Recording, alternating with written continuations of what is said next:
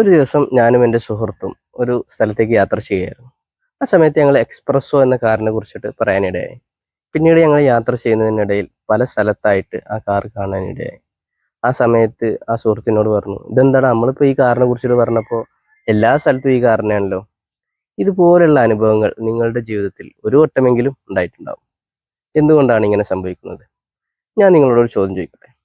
നിങ്ങൾ അവസാനമായി യാത്ര ചെയ്ത സമയത്ത് എത്ര ചുവന്ന കാറ് കണ്ടു എന്ന് ചോദിച്ചാൽ എന്തായിരിക്കും നിങ്ങളുടെ മറുപടി?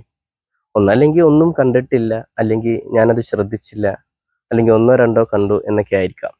എന്നാൽ ഞങ്ങളോട് പറയാണ്, ഇനി നിങ്ങൾ യാത്ര ചെയ്യുന്ന സമയത്ത് ഓരോ ചുവന്ന കാറ് കാണുമ്പോഴും അതിനൊക്കെ റിവാർഡായിട്ട് ഞാൻ നിങ്ങൾക്കൊരു 100 രൂപ തരാം എന്ന് പറഞ്ഞാൽ പിന്നീട് നിങ്ങൾ യാത്ര ചെയ്യുമ്പോൾ നേരത്തെ കണ്ടതിനേക്കാൾ കൂടുതൽ കാണാനുള്ള സാധ്യതയുണ്ട്. എന്തുകൊണ്ടാണ് ഇങ്ങനെ സംഭവിക്കുന്നത്? ഇതിന്റെ പിന്നിൽ ഒരു തിയറി ഉണ്ട്. റെഡ് കാർ തിയറി എന്നാണ് അത് പറയപ്പെടുന്നത്. നമ്മുടെ ചുറ്റും ഒരുപാട് കാര്യങ്ങൾ സംഭവിക്കുന്നുണ്ട്. പക്ഷെ എന്നാൽ ബോധപൂർവം നാം ഏതെങ്കിലും ഒരു കാര്യത്തിലേക്ക് ശ്രദ്ധിക്കുമ്പോൾ ആ കാര്യത്തെ നമ്മുടെ ബുദ്ധി കൂടുതൽ നമ്മളിലേക്ക് കാണിച്ചു തരികയും ആ കാര്യം കൂടുതലുള്ളതായി ഒരു ഇല്യൂഷൻ, ഒരു മിഥ്യാധാരണ നമ്മളിൽ ഉണ്ടാക്കപ്പെടുകയും ചെയ്യുന്നു. അതുകൊണ്ടാണ് നമ്മളൊരു കാര്യത്തെക്കുറിച്ച് പറയുമ്പോൾ ആ കാര്യം കൂടുതലായി നമ്മുടെ ചുറ്റും കാണുന്നതിനുള്ള കാരണം. ഇതുപോലെ തന്നെയാണ് നമ്മുടെ ജീവിതത്തിൽ. പല ആളുകളും പറയുന്നത് കേട്ടിട്ടില്ലേ, എൻ്റെ ജീവിതത്തിൽ ഫുൾ പരാജയമാണ്, അല്ലെങ്കിൽ എൻ്റെ ജീവിതത്തിൽ ഫുൾ സങ്കടമാണ്.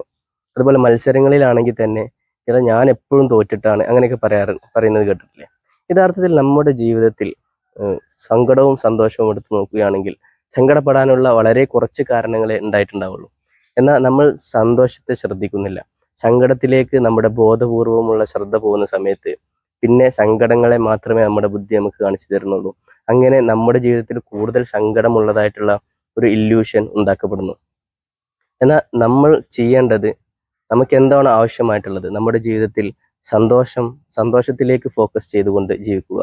അങ്ങനെയാണെങ്കിൽ നമ്മളിലേക്ക് നമ്മുടെ ബുദ്ധി നമുക്ക് കൂടുതൽ സന്തോഷത്തെ കാണിച്ചു തരികയും അങ്ങനെ ഒരു സന്തോഷപരമായ ജീവിതം നമുക്ക് നയിക്കാൻ കഴിയുകയും ചെയ്യും.